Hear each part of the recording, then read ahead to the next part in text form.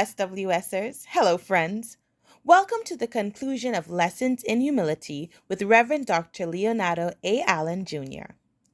The conversation has already begun. Let's get into it.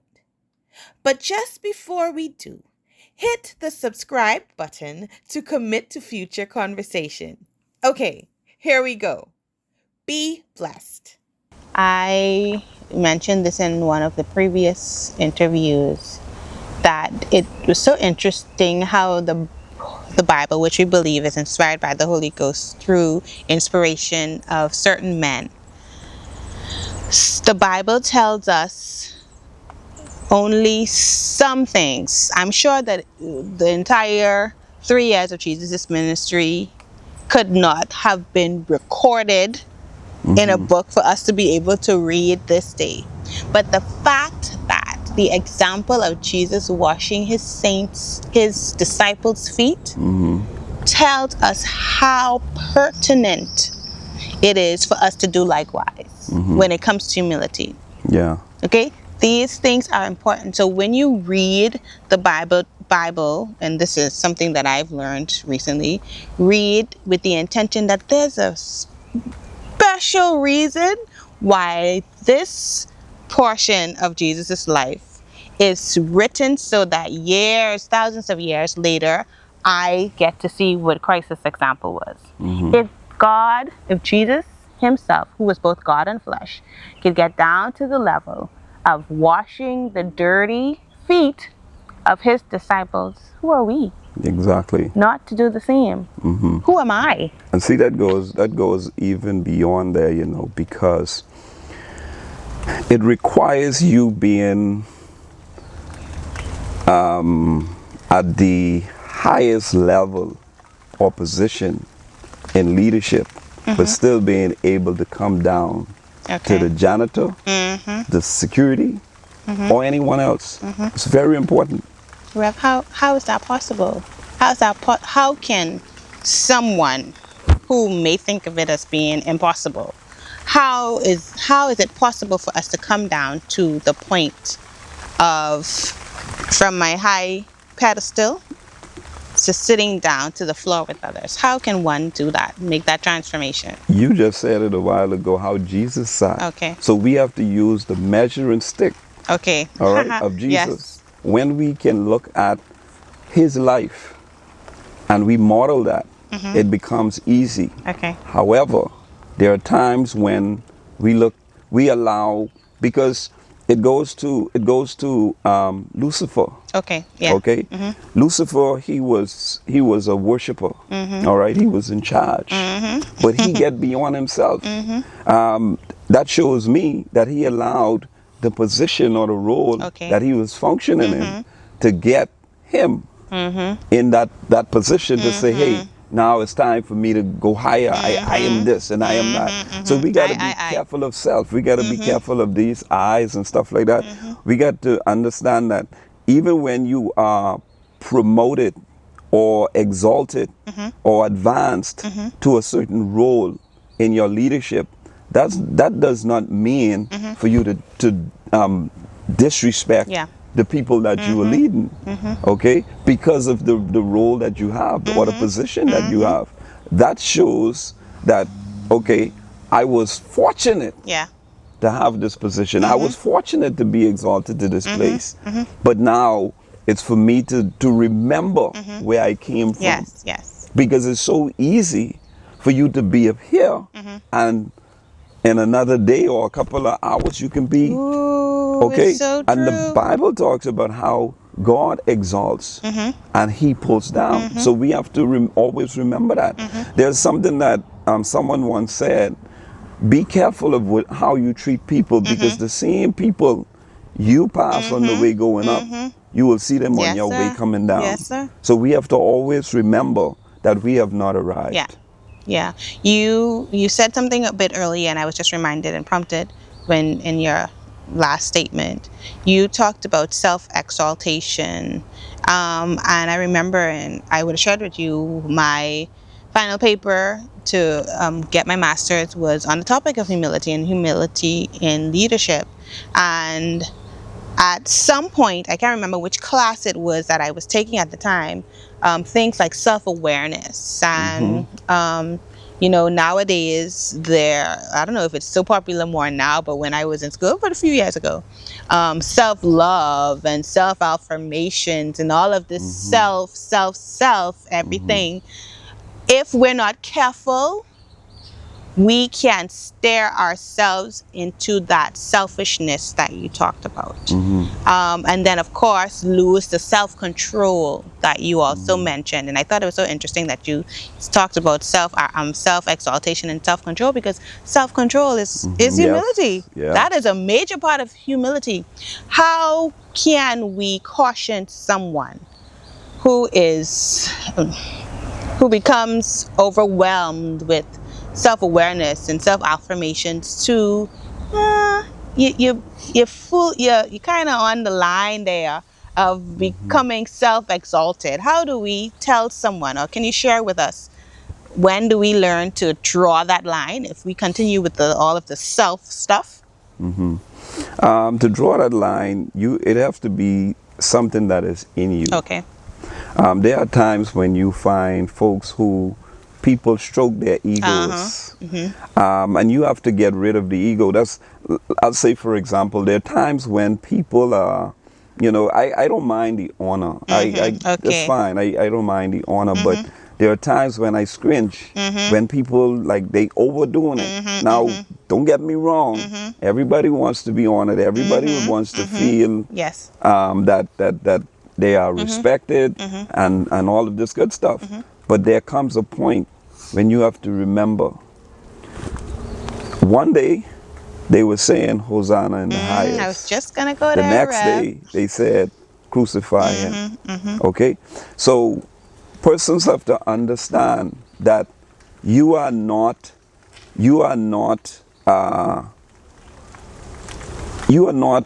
walking as a invisible being. Yes, okay. Okay? You are a visible being. And you must remember that we are all subject to failures. Yes. We all have flaws somewhere or the other. So I would say to somebody, remember who created you. Yes, that's it. Remember Jesus' example, or look at his life story. He was on that cross as we know it. And he said, Father, forgive them, for they know not what they do. Okay? You have to look at yourself and say to yourself, I am not above reproach. Okay. At any given point in time, things can happen. Yeah. So let me not get besides myself. Okay? Because the same God that created me created someone else. Yeah.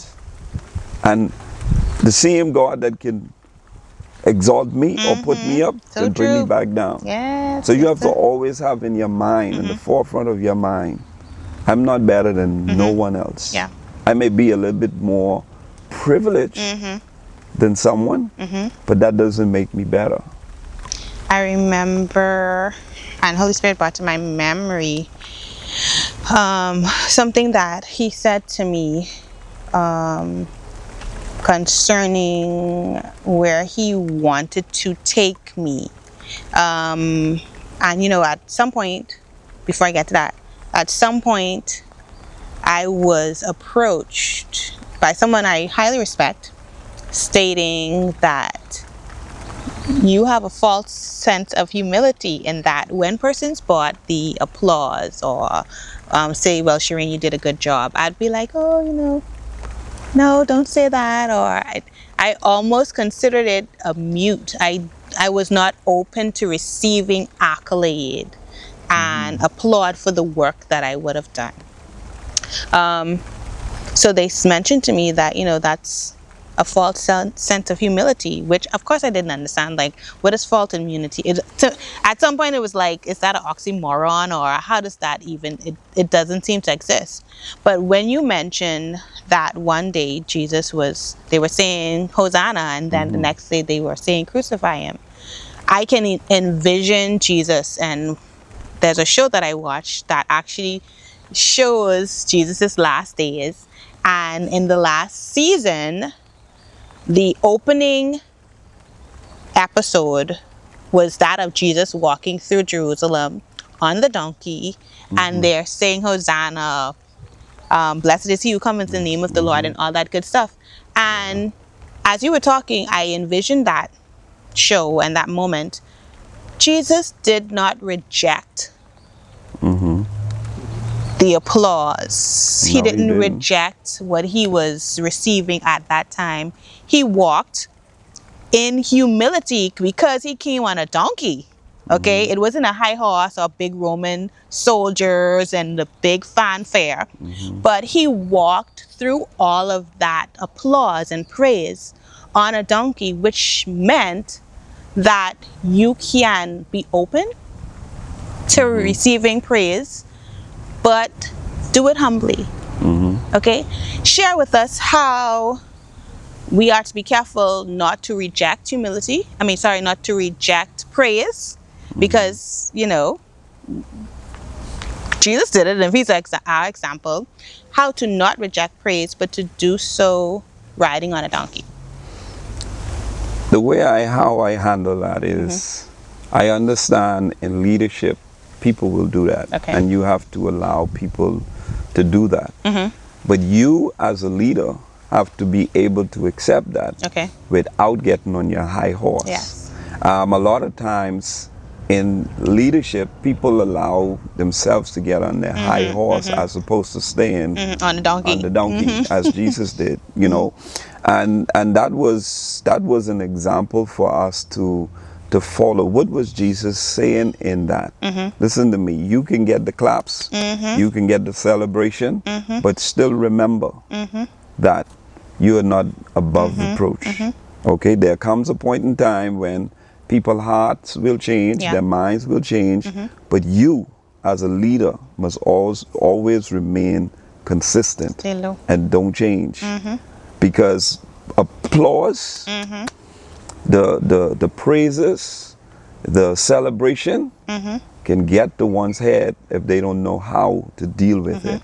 And because if they don't know how to deal with it, they get beyond themselves and forget that the same people that clap and praise you are the same people that you got to lead. So you have to be sensitive as to how you deal with those kind of things. Yes, because sir. a lot of times people can get besides themselves. Yes, they can.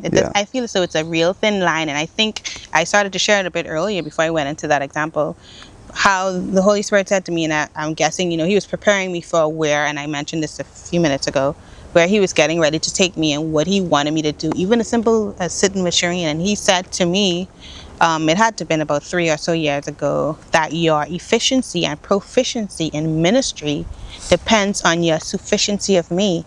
And once again, I had a flashback of when he said to me, you need to get rid of yourself. And I didn't think that I was prideful. I thought that I was the most humble person that you could find out there. But here it is, years later, Jesus saying to me in our own quiet time, everything that you will accomplish depends on your dependency on me.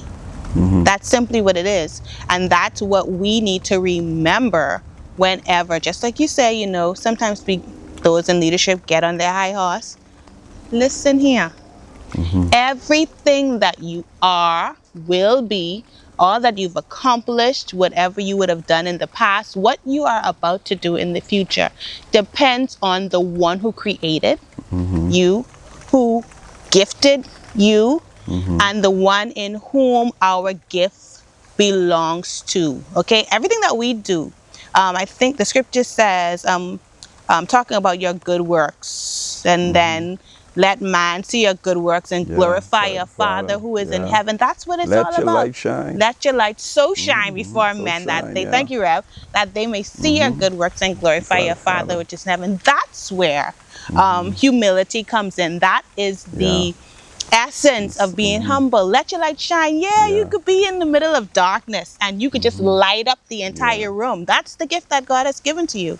But at the end of the day, let men say that was a child of God, allowing God to do the work in them. That's what humility is. And See that that's one of the things that people look at. They look at the way you conduct yourself. They look at how you carry yourself, how you talk to them, how you treat them, how you deal with situations. Because sometimes you find situations where people are really not in a good mood. Yeah. You find situations where people are going through mental health issues, and their inward is their outward expression to you. And there are times when people want to know, how are you going to deal with that? People look at us in leadership to be able to handle certain things. So when you get in that, you had to be able to handle it. Even when we look at Jesus's example, what Jesus was going through, and the Bible said he didn't say a word. He didn't utter a word. Okay, and even when he had the power, not he had the power, but at that point he could have called on the host of so true. and call angels. But Jesus didn't do that because he understood his purpose. When we understand our purpose as to why we accept a leadership role, it makes it much better. Because you're going to be stoned. You're going to be ostracized and criticized. You're going to be ridiculed. But you have to do it with all grace and love towards those people who look to you to be an example for them. Yes, sir. Okay? And that's very important. People look to us to be an example. Can I really follow this person? Does this person have my best interest at heart? That part. How can you diffuse conflict and confusion and not be what's the word I want to use? Not be on one side. Bias, yeah. You can't, bias. All right? So even in leadership, we cannot be biased because people look into you. That's why let your light shine. Yes, what sir. is your light? That grace on your life, the humility on your life. And like you said, the love, grace and love. Grace, love, and humility, they all go in there or part of this whole, the characteristic of being humble, grace and love. Rev, thank you so much. And this is good. This is good conversation, by the way. I just have to let you know that. I want to ask you these last few questions as we prepare to wrap up this moment. The final point that I'd like to discuss from your previous interview is our statement that we must learn how to control our feelings, okay? Learn how to control our feelings and don't allow our feelings to dominate. How are feelings and pride connected? You started to talk about it a little earlier. Well, your feelings can very well be when someone come to you with, let's say, for example, you were to come to me and you say to me, hey, Pastor Allen, I didn't like what you did with this particular thing, whatever it is. I have to be humble enough to realize that I offended you. And I have to be willing and able to respond with an apology. Okay. That is very important. Sometimes we allow our feelings to get in the way and we allow our feelings to dominate what it is that we think is, or our perception of what is, I am the leader. Okay? Being the leader doesn't mean that you have to make that individual or individuals feel less than. Okay. And you have to know when and where to say and do certain things. And if you know that this person come to you and you have offended this person, you got to be willing to say, hey, I apologize. One of the things I recognize, something that transpired, and I will say this, it happened to me from a leader. Okay. All right? But the leader did not apologize for what transpired. And the thing for me is, I look at that and I said, you know something, this is an example of what I am not to do. This is an example of what I'm not to be. So we cannot allow our feelings, because sometimes we feel like, oh, I am right and you are wrong. And who are you to approach me on these kind of things? No, we have to get to that place whereas we recognize that I have faults. Okay, I have flaws. And if something offended someone, I have to be willing to say, hey, look here, I apologize. How can we make this right? You know, and that's very important. Because our feelings sometimes will dominate how we perceive certain things, how we do certain things. If we go back to the Bible again, Jesus was gracious, he was kind, he was loving. Yeah. And what I look at, even as I wear this band on my hand, Galatians chapter 5 and verse 22, that for me is humility. And I wear this to remind me as a reminder of the fruits of the Spirit. Because we must have the fruits of the Spirit and do our best to let them work in our lives as we lead God's people. You would hear Brother Allen talking about humility and him bringing about the whole idea of leadership, and that's really what this topic is about, you know. And I feel as though humility is applicable to everyone, persons on all levels, but because leadership is Brother Allen's, that's actually me and his thing that we share the interest and the passion in. You would hear him referring to leadership in this moment. So as we begin to wrap this up, Brother Allen, once again, just wrap it up all for us. Tell us what humility is and how best we can exhibit the characteristic of humility. Humility is having grace, unlimited grace towards others. Wow, unlimited grace. Unlimited grace. And once you begin to walk in unlimited grace, God will extend his grace and his favor and his love to you. God will allow people who you will not even think you can be connected to. They will connect with you because they recognize something different about you. They recognize that you are not someone that is walking around in negative pride. You are someone who is recognized as someone who have confidence and boldness, but not arrogance and ego. So it's very important for us to walk in grace and love towards others and towards God's people, because at the end of the day, he's the one who is going to exalt you. So as we close, remember to remain humble wherever you find yourself. Sometimes we're high and humility is needed. Even in our low points, Rev, humility is needed, because it's at that point that we realize that we don't need to be turning our back on God in this day. We need to allow him to do whatever the work is within us. But I'm going to encourage you today to remain humble, knowing that he who humbles himself before God, in due time, God will exalt. And guess what? And when God does the exaltation, no man can claim the glory. No man can put there, say that I had a part in that. So let's be encouraged today to remain humble, exhibit the Christ-like and the childlike heart of someone who is lowly, meek and lowly. And we must remember, humble child taste the grace of God. That's those two words again. Thank you so much again, Rev, for being here. It's always a pleasure to have you here at Sitting with Shireen.